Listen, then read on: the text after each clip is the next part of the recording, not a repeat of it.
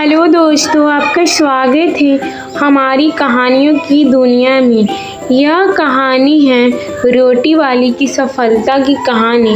शहर के एक कोने में एक संकरी सी गली थी जहाँ कोई ज़्यादा ध्यान नहीं देता था। उसी गली के आखिरी छोर पर एक छोटी सी छप्पर वाली का दुकान थी जिसमें एक औरत बैठकर हर दिन ताज़े आटे की रोटियां बेलती और चूल्हे पर सेकती थी। लोग ने कभी गौर नहीं किया था उस पर, क्योंकि उनके पास कोई चमक धमक थी नहीं, कोई बड़ा नाम भी नहीं था। वो बस चुपचाप सुबह से लेकर देर शाम तक बैठी रहती थी। माथे पे पसीना टपकता रहता था, हाथों में मिट्टी, लेकिन चेहरा हमेशा मुस्कुराते रहता था। उसका नाम था राधा। लोग उसे रोटी वाली कहकर बुलाते थे। बहुत से लोग को लगता था कि ये कोई बड़ी बात नहीं, लेकिन राधा जानती थी कि मेहनत में ही इज्जत होती है। उसके पति की एक दुर्घटना में मृत्यु हो गई और 3 बच्चों की जिम्मेदारी ले ली उसके कंधों पर थी। कई लोग ने कहा कि वह बच्चों को किसी अनाथ आश्रम में छोड़ दे, खुद किसी बड़े घर में नौकरानी बन जाए, लेकिन राधा ने ठान लिया था कि अपने बच्चों को उसी रोटी से बड़ा बनाएगी जो कभी उसके पति के हाथों का स्वाद हुआ करती थी। शुरुआत में किसी ने उसकी रोटियां खरीदनी तक पसंद नहीं की, मगर एक दिन बारिश का मौसम में जब आसपास की सारी दुकानें बंद थी, राधा ने अपने चूल्हे को बचाकर कुछ रोटियां सेकी और एक भूखे रिक्शा वाले को दे दी। उसी रिक्शा वाले ने अगली सुबह 2 और लोगों को उसके पास भेजा, यह कहकर कि उस औरत की रोटियां में माँ का स्वाद है।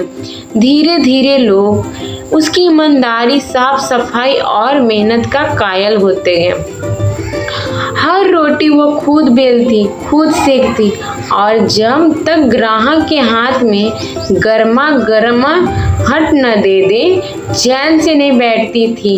एक दिन कटे, महीने बीते और फिर साल गुजरे।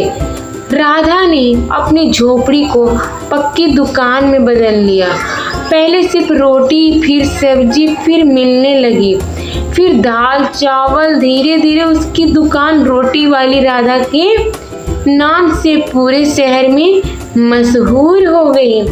जो बैंक कभी उसे लोन देने को तैयार नहीं थे, वही अब उसे व्यापार के लिए बुलाने लगे। लोग जो उसे छोटे काम वाली समझते थे, वो अब उसकी दुकान पर लाइन लगाकर खाना खाने आने लगे। लेकिन राधा कभी नहीं बदली। उसके लिए एक ही हर ग्राहक अब भी भगवान था। हर रोटी, हर पूजा का प्रसाद, हर दिन एक नई परीक्षा। राधा ने अपने 3 बच्चों को पढ़ाया। बड़ा बेटा इंजीनियर बना, बेटी सरकारी परीक्षा पास की और सबसे छोटा बेटा खुद उसकी दुकान में कंधे से कंधा मिलाकर खड़ा हो गया। राधा ने कभी किसी को माना नहीं किया।